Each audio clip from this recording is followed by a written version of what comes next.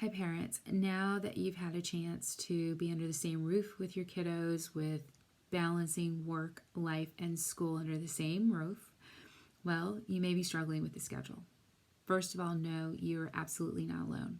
Second of all, know there's some things that you can do to maximize their learning and their focused attention and minimize some of those disruptions. So, when you're looking at a schedule, and they are important because they send a message that your kids have to be accountable for learning at the end of the day. Ensure that the schedule has frequent breaks and that your time periods for each item or activity is brief as well. Then make sure that each item or activity is clearly explained in the schedule, as well as have a column for your kids to check off when they've completed the activity. Or let them, better yet, have room to fill in the details of what they did during that time period. Now, I mentioned the time periods and the time for your activities should be very brief. Research tells us that even a 12-year-old can only attend to a 40-minute focused set of time on a project if it's broken up into two 20-minute chunks of time with 5 minutes in between. So for younger children, their focused attention has to be much shorter. If you've got those large homework packets, break it up into different sections for your kids to be able to do.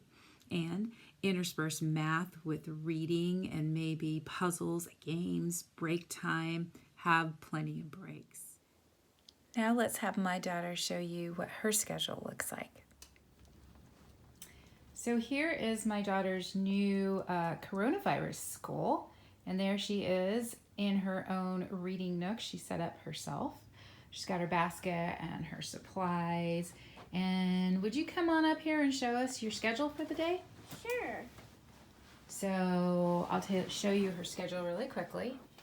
You'll notice that there's 3 columns there and she'll walk you through it. So Z, tell us about your schedule. Well, the first column is my activities and what I do during the day. The second column is when I do them, the time. Like C. Here it says get organized. That's for 10 minutes. It's from 8:30 to 8 to 10. What's the third column for? The third column is for me to write what I did. And sometimes you can't really write what you did, so you can just write done. Cool. So let me ask you a question about your schedule. Last night you were sharing with me you really liked having this schedule and doing the classroom at home. Why? I like it because I feel more independent and more responsible, and it's just more fun. What was the most fun part? What did you like the most? Tell them what you told me. I like having free time because at my school, we don't get free time. Are the breaks fun? Yes. How many breaks do you get during the day? 4. Did you get 4 breaks at school? No. No. Thanks for sharing with us. My daughter loves her homeschool schedule, and I think it's because of how we introduced it to her. We told her we were relying on her to do her part during these trying times. And we also told her that managing her schedule is a very adult activity like you do when you're in college. She loves that idea, and I bet your kids will too. I bet they'll rise to the occasion. Review the schedule with them at the end of every day. And don't be heartbroken if they don't finish everything on their list. Sometimes we as adults don't finish our own to-do lists. If you find the schedule's too daunting after a couple of days, go through and star some must-do activities and let those be the things you focus on at the end of the day.